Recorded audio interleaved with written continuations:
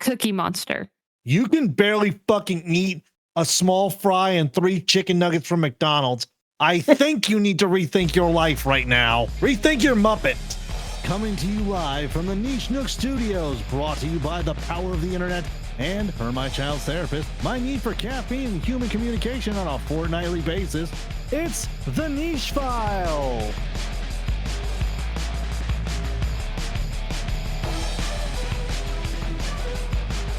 Hello, ho, ho, everybody, and welcome to the Christmas episode of the Niche Files. I'm your host and person who's 1000% on the nice list. Suck it, nerds. It's Ryan. Say hi, Ryan. Hi, Ryan. And after what she did a few minutes ago, what she said, she better be on the fucking naughty list. It's Cass. Say hi, Cass.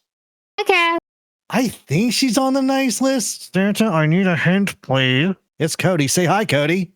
Hi, Cody.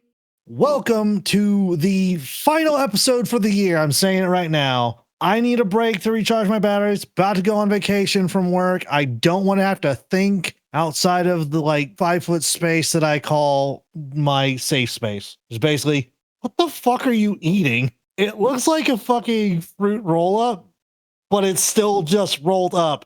And she's eating it like a fucking monster. Oh, I eat them like that sometimes. It's a sour Laffy Taffy type thing. Okay. It's actually really good. Anyway, that's why you're on the fucking naughty list. I like to just bite Kit Kats too. Don't even break them. In the middle like a savage? Yeah, just chomp. Today's Cody's episode, and it's going to be, it's one of my favorite Christmas stories. Told by my favorite way to tell any form of story. So Cody, please tell everyone, what are we talking about today? We're talking about, hands down, the best adaptation of Charles Dickens's A Christmas Carol. She said dick. And that's the one with Muppets. I think the Muppet Christmas Carol is the best adaptation, like I said, of Charles Dickens's A Christmas Carol. It's not because it's nostalgic, not because it's funny, not even because it has Muppets, because this actually understands what the story is about. I'm saying this as someone who was in a stage production of A Christmas Carol in high school. Who'd you play? Who did I play? I was just a townsperson. Boring. Moving on. Yeah. Thought you were going to be the ghost of Christmas present. Or no, Christmas past? Whichever one the fairy one was. That was weird as fuck looking. And in this one, yeah, she's like a kind of a creepy little doll girl. She's like the Fae got a hold of a Muppet. Yeah. So needless to say, I've spent a long time thinking about this. And ultimately, the story isn't about money. That part's a given. It's really about people, Muppets secluded, and what happens when someone shuts themselves off from everyone else, including themselves. Yes, this movie is extremely funny, which is wild because it's also doing emotional damage the entire time. Emotional damage. It's important to note that the humor doesn't undercut the story. And it's really how the story kind of gets away with saying all of this. Kind of before we get into the movie itself, have you guys seen this movie? Was it a yearly watch? Is it something you came to later? I have 2 very sharp daggers in my eyes, and I am staring them right across this fucking room. Cass, have you seen this beautiful masterpiece known as The Muppets Christmas Carol? The answer won't surprise me. No, not that I can remember. I think that's okay. When you see this movie the first time, kind of where you're at in life, it really sort of changes how it hits. If you've never seen it before, I think you're in for a treat. It is fantastic. So I'm pretty sure we're going to say this multiple times, that Michael Caine goes in and treats us like he's playing at the West End. Don't laugh. Yeah. Don't laugh when I'm doing this. Don't put your fingers in your eyes and shake your head. Don't do that. You laugh too much. Can't have none of that. Because the only 2 things I do as Michael Caine is as Austin Powers' dad. He treats the Muppets as actors. Yeah. No, exactly. 1000%. No, Cash just typed in the chat. Every time he says Michael Caine, I hear Michael Caine. Yes, that is how you say it. Breathe, woman. I've seen this movie a lot. I make it a point every year to watch it with my kids too. So this is definitely a Christmas tradition that we have. Probably one of the only ones, honestly, besides, food. Food is constant. Muppets are forever.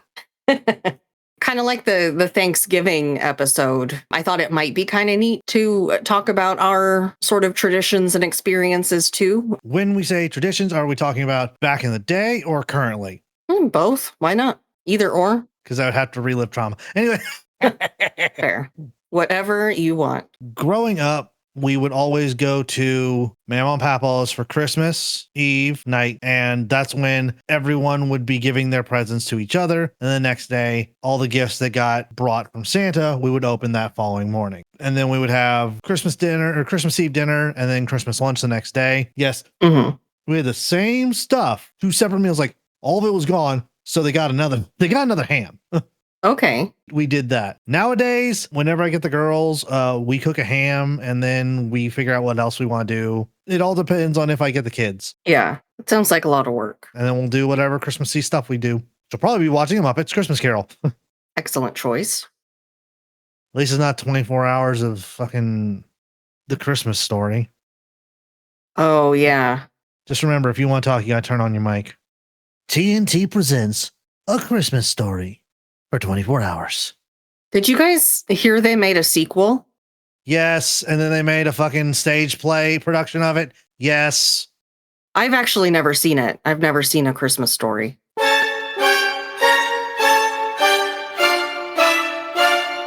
That movie was actually part of our Christmas tradition, in quotation marks, because that was my sister's favorite Christmas movie. I've seen it way too many times. 24 hours of A Christmas Story on TNT with limited commercial interruption. Brought to you by the Hyundai Sonata. My favorite scene, though, is definitely the kid sticking his tongue to the pole. With my family, there really wasn't going to grandma's house because I grew up with my grandma. So we were the house that everybody came to for part of the day, unless we were having like a big family Christmas, which then took place in my aunt's house. It was really just ham and sides and stuff that we would make. For several years, we had a Secret Santa. I have partaken in one Secret Santa, and that was in band in high school. I've done a couple like at work and stuff, throughout the years. Just to give a good round number to give you some idea, 40 at least, having to get Christmas presents rather than having to buy 40 individual presents. Everybody was just given a name. They had to buy one present. That's way better for that many people. Yeah, let's jump into just kind of a quick sort of plot overview. Since Cass hasn't seen the movie, and I'm assuming some of our listeners might not have seen it. Just to set the stage here, Scrooge is wealthy, but he's completely isolated. He fears poverty more than anything, and that fear makes him deny comfort to everyone, including himself. On Christmas Eve, he's visited by the ghosts of Christmas past, present, and yet to come. They don't punish him, or anything like that, but they do force him to confront unresolved trauma, missing connections, and the future he's building towards. What finally changes him in the end isn't the idea of dying, but it's realizing that no one will grieve him. And that's really fucking sad. I have a question to ask both of you that people debate greatly. Okay. And you will get 2 different answers, and people will tell you that they are correct and why they are correct. Let me get my Nerf gun. How many ghosts was Scrooge visited by? Hold on. Allow me to counter your inquiry. Are we talking about this, the Muppets Christmas Carol, or the Christmas Carol in general? A Christmas Carol in general. I'm pretty sure that the over 100 films and television productions that have been made based on this story followed the same basic guidelines with probably the same ghosts. He has definitely not seen this movie. Yeah. It's Marley and Marley. This one has a whole extra ghost, bringing that total to 5. And all I can say is Goofy being in chains with boxes wrapped around him is a whole fucking other horrifying scene for the Disney version of the Christmas Carol. Oh, yeah. I actually got into a full-blown argument with someone once over the fact that there are 4 because he gets visited by Marley. Yep. Yeah. They're like, no, it's the ghost of Christmas past, ghost of Christmas present, ghost of Christmas future. And I was like, and the ghost of Jacob Marley. Yeah, no, it's 4. And if any of you have any questions and want to try and argue and be wrong at the same time, you could send an email to thenichefiles@gmail.com. I will keep my eye on it during the holiday season because I'm going to be at home in a robe, maybe pajama pants if I'm lucky, and just a tank top. Yes, I will be that slobbin, and I do not care. I'll shower daily though. I'm not a fucking menace, except to society. I'm pretty sure you guys have both said that this is your favorite adaptation. This is one of my favorite. It will all depend. Sometimes I'll be like, oh, I like the Disney one where Scrooge McDuck is Scrooge because the animation at the time is so good and it's Disney. It's fucking Disney. And then if I watch this, I then have to come to the realization I'm about to hit you both right across the fucking mouth with this one. Cratchit's the kids. All the girls are pigs, all the boys are frogs. Figure that one the fuck out. Yes. Right? Yeah. A lot of adaptations. That list is endless. In this adaptation, the movie opens with the song Scrooge. And this song immediately tells you what kind of adaptation this is. One of the lines is, "There's nothing in nature that freezes your heart like years of being alone." That line alone just kind of frames the whole story. It's not about greed. It's about loneliness over time. Scrooge wearing indifference like a mask, that's not his nature. Also, the line in this song about how he loves money because he thinks it gives him power, not luxury, not joy, safety. This song even says that he goes to extremes to convince people that he's bad, which makes his supposed cruelty feel almost performative. Fun fact, Sir Michael Caine played Scrooge completely straight, treated the Muppets like real actors. No winking, no irony, which is why this song hits emotionally instead of just being a joke. Another fun fact with Michael Caine in this movie is that he was very excited to do this movie because he never got a chance to be on the TV show. The next part I have here, it's not a song, but it's something that I didn't fully realize until I was an adult. And it's about Scrooge's dinner.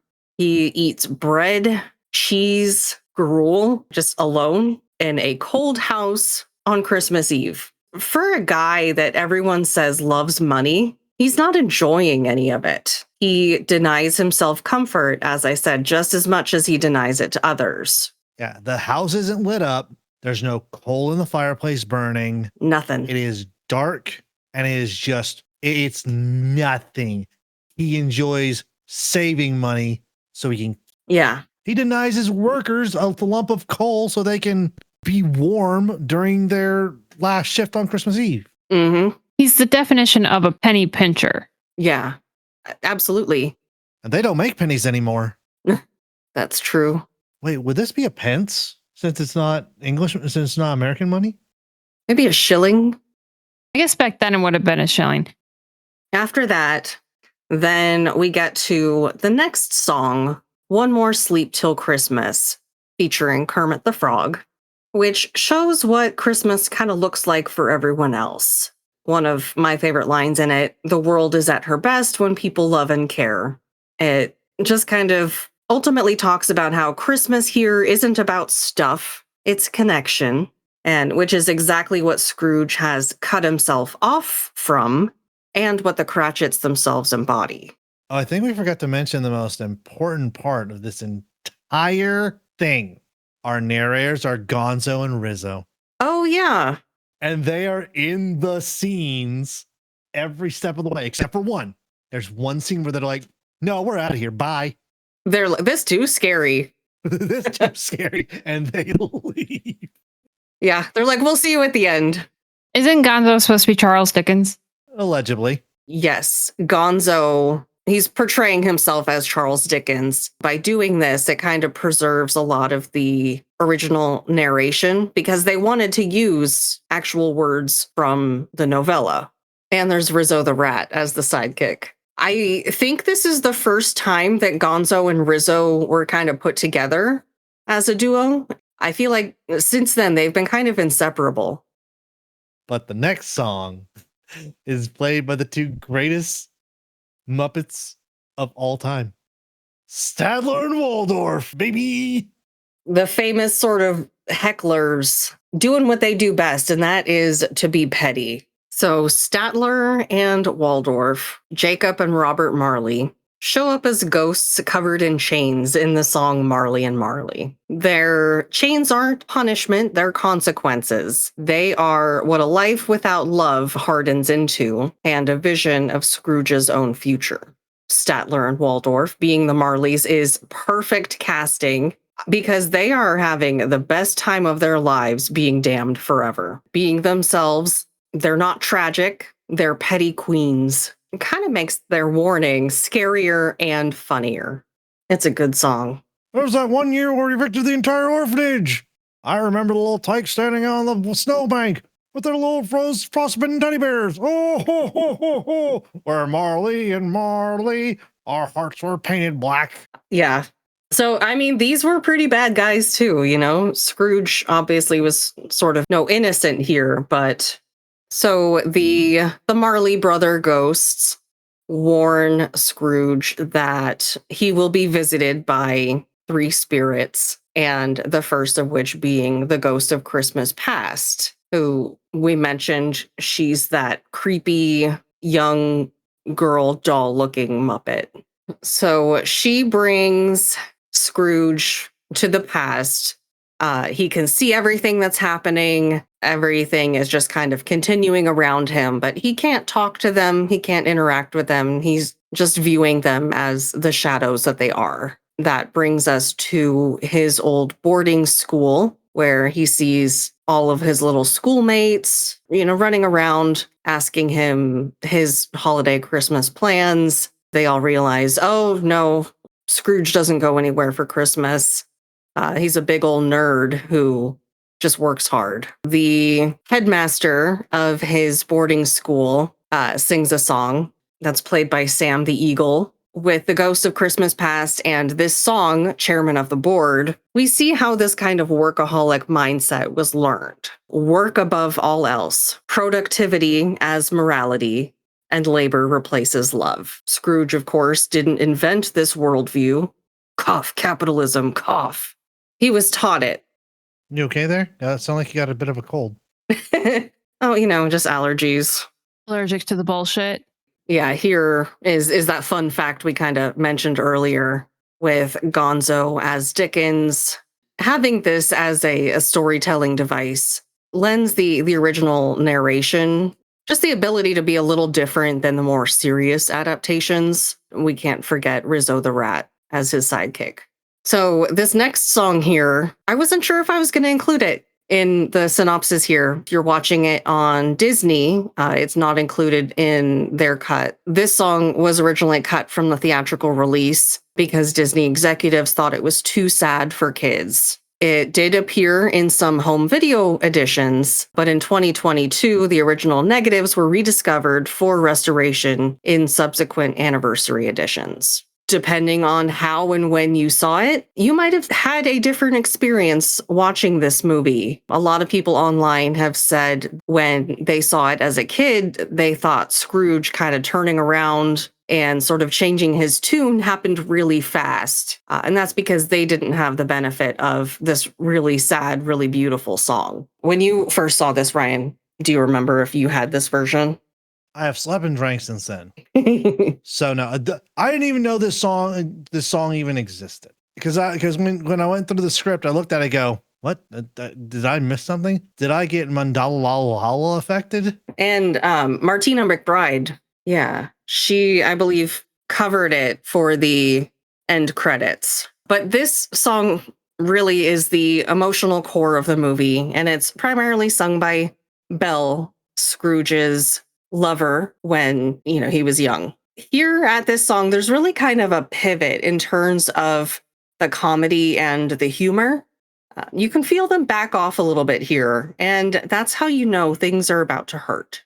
Belle ultimately isn't angry. She's just done waiting. Scrooge keeps saying that he'll marry her once he has enough money, and she knows that moment is never coming. Again, this isn't about the money, it's about the security. And having enough never feels safe enough. So here really is where he's choosing safety over connection with another person and loses that love instead. He grew up poor.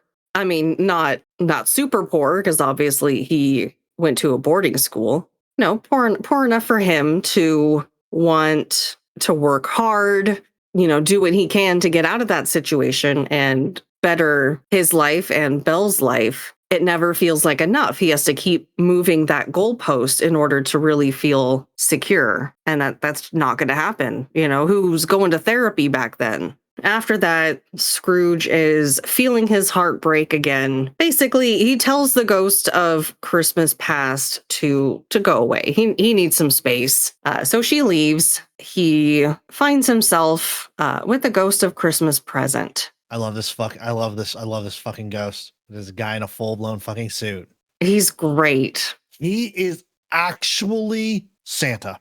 Yeah. He has the jolly spirit, the giving, the love. I've been inundated with a bunch of Christmas stuff on my YouTube stuff, and it's like, oh, we're ranking Santas, and someone's like, oh, the ghost of Christmas present, and all of the Christmas Carol. Yeah, he's the embodiment of Santa in this movie. Yeah. As he goes on, he gets older and older. You don't notice it until it's the very last part where his time is up. He's grown gray and white hairs, and he's having trouble moving, and Scrooge helps him sit down.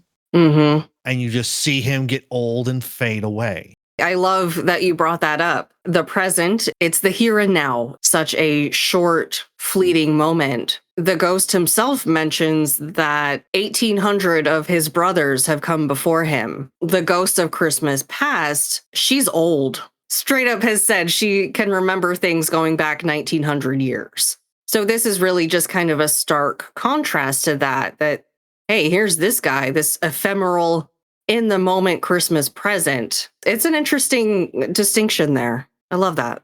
And there's that funny line with Scrooge where he says something about the grocery bill being really high with 1,800 brothers. During this song, It Feels Like Christmas, the ghost of Christmas present, of course, is not really just kind of leading Scrooge along, saying, here is how everyone else celebrates Christmas while you are alone in your mansion in the dark, eating your cold ass porridge.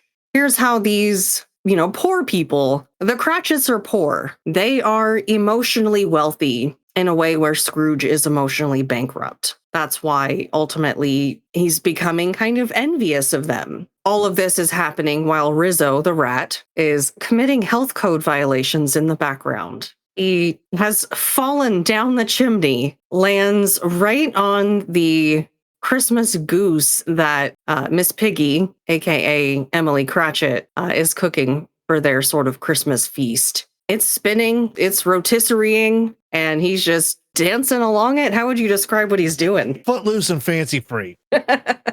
Yeah, exactly.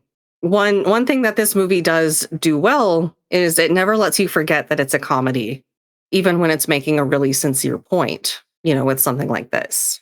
Well, and Michael Caine himself is pretty tall, right? Over 6 feet, definitely. 6'2". So yeah, in some scenes, that Muppet's taller than he is. And this is one of the very few times that Scrooge genuinely smiles. Yes. And he's trying his best. Michael Caine is doing his best to not break or laugh or smile. But there are points when the song is going on, you can see the joy in both his eyes, his mannerisms, and his entire just presence. He can't contain it. despite the fact he really does not want to like show joy. He wants to keep Scrooge. Wants to keep Scrooge just like this. No one ever know. Nope, can't do that. None that damn deal. Mm-hmm.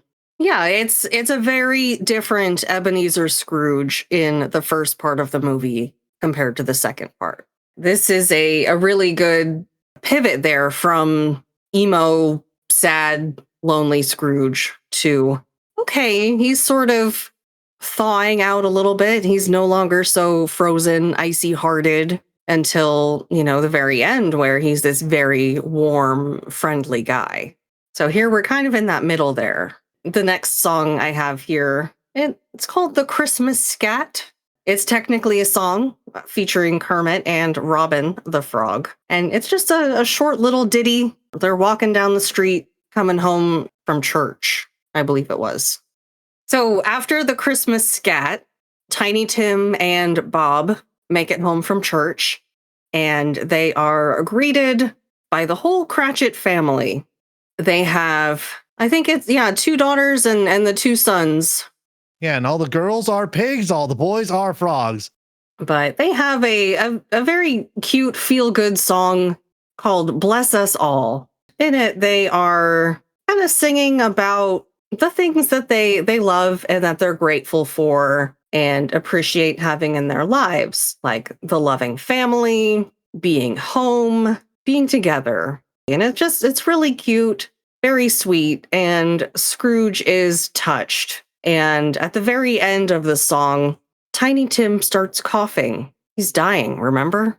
As far as I can remember, in the story, A Christmas Carol itself, they never actually really say what Tiny Tim has. I think an unspecified sort of illness.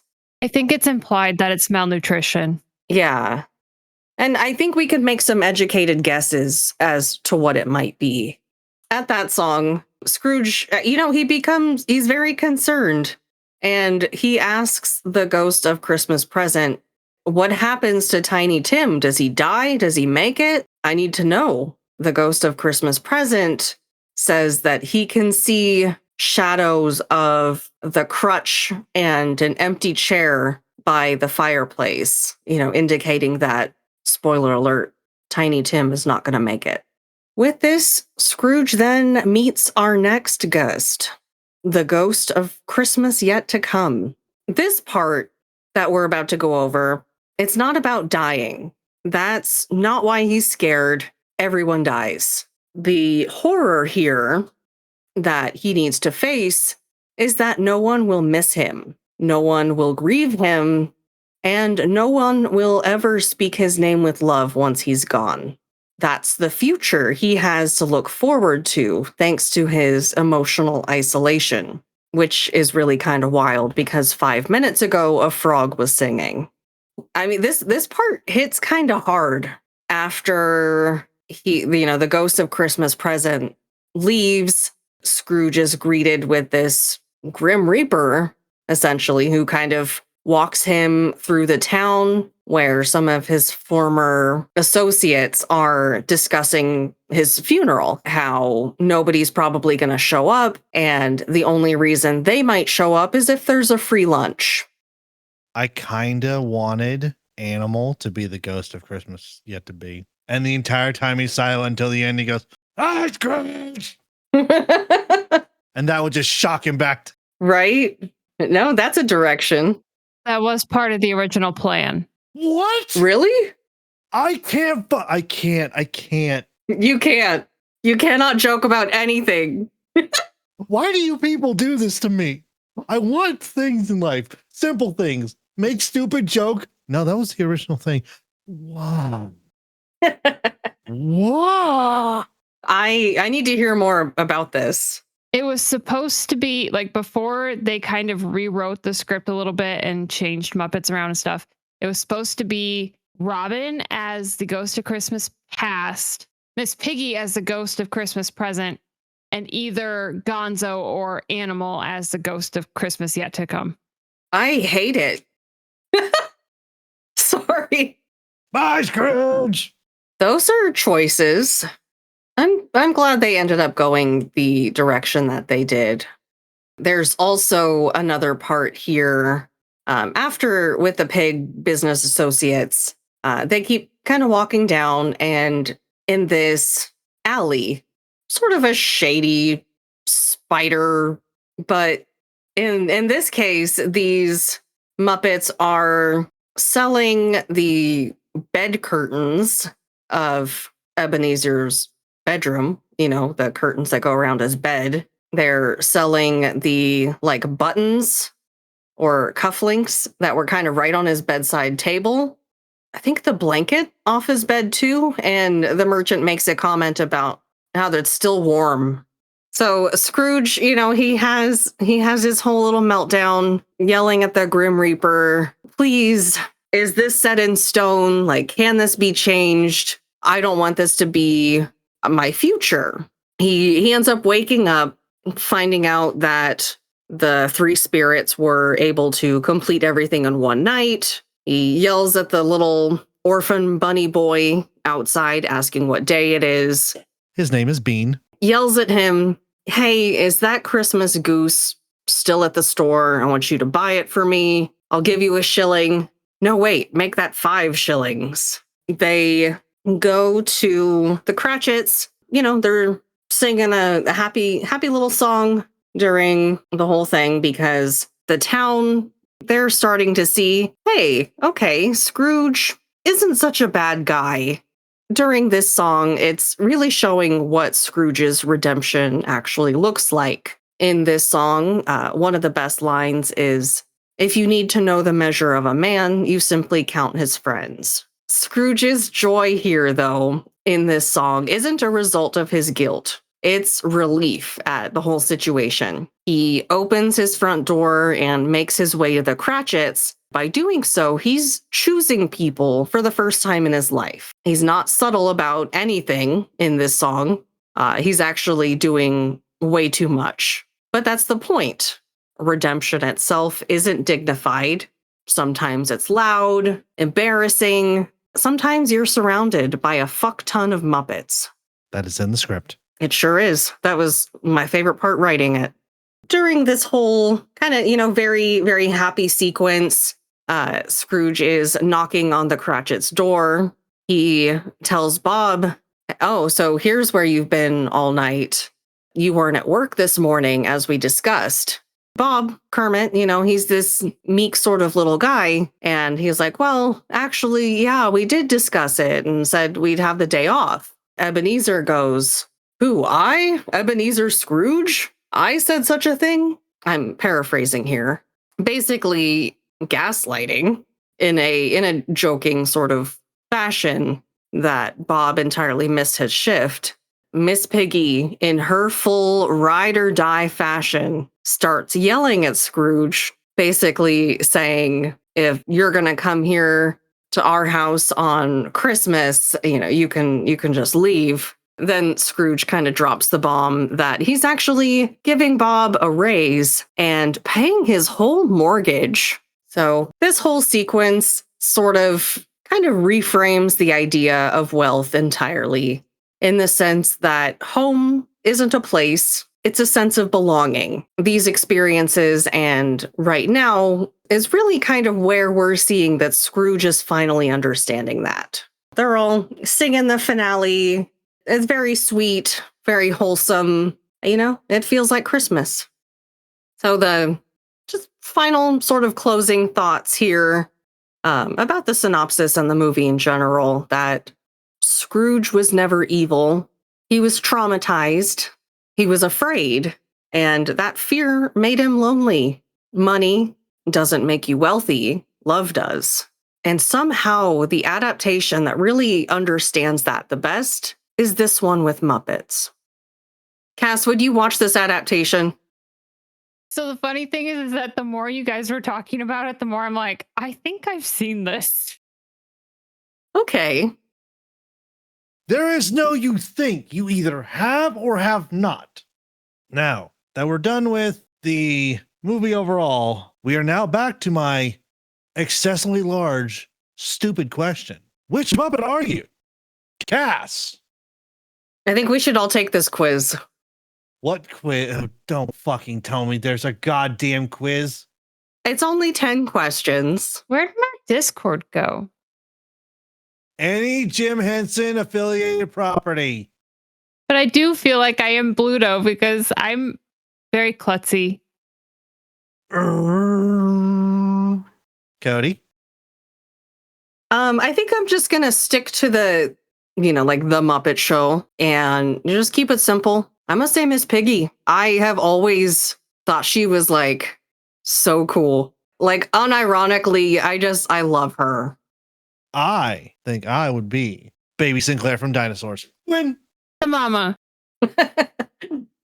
Dinosaurs on ABC, part of TGIF. I'm like, wait a second. There's something else here. Indeed. This movie, Muppet Christmas Carol, I think it was the first major like Muppet movie after Jim Henson's death. It's dedicated in his memory. Oh, and then just my other one tied into that one, that this movie is Jim Henson's son, Brian Henson's directorial debut. Isn't this the one where they do where the star sparkles and that's Jim giving a wink to the crowd, to the everyone? Or that his spirit's still a part of the Muppets? Yes. That sounds familiar, yeah. In regards to this being his first time directing, Michael Caine said that he was so good at it. It wasn't until they were halfway through filming that he found out that it was his first time directing. Yeah, I read that. And to impress Michael Caine with something like that, that's badass. It's Michael Caine. Yes. Sir Michael Caine. And that's going to be a wrap for us here at the Niche Nook Studios. We'll be back in 2026 with a curveball of an episode. We'll get back to you as soon as we can. But until then, everyone, take care of yourselves, take care of each other, and say goodnight, ladies. Before I go, did you know that a pig was once charged with murder and then publicly executed after it was found guilty? Anyways, good night. Caught red-handed. Cody? Tonight, I'll just leave it there with this line. If you need to know the measure of a man, simply count his friends. Good night. Again, I'm fucked because I can't count. But that's going to be it for us here, the Niche Nook Studios. Thank you for allowing us to be a part of your podcast life. We'll be back. I'll be doing the next episode, and it's going to be, fuck it, we'll do this. I'm going to talk about a place I went to as a child and I went back to with my kids recently. I'm doing an episode on a theme park. We're going to Holiday World in Santa Claus, Indiana. We will see you all in 2026. Until then, subscribe to the podcast. Follow us on Instagram, Facebook, Reddit, all the social medias at The Niche Files. Follow us on TikTok at the.niche.files. If you would like to send us an email and comment or complain or any of those things, send it to thenichefiles@gmail.com. We'll get back to you as soon as we can. But until then, everyone, take care of yourselves. Have a very happy holiday, whatever one you celebrate. And we will see you all in 2026. Take care, everybody. Good night. The music for The Niche Files is played and mixed by Paul of JPP Creative Media. If you like what you hear, you can find him on TikTok at Just Plain Paul, JustPlainPaul. Thanks again, Paul.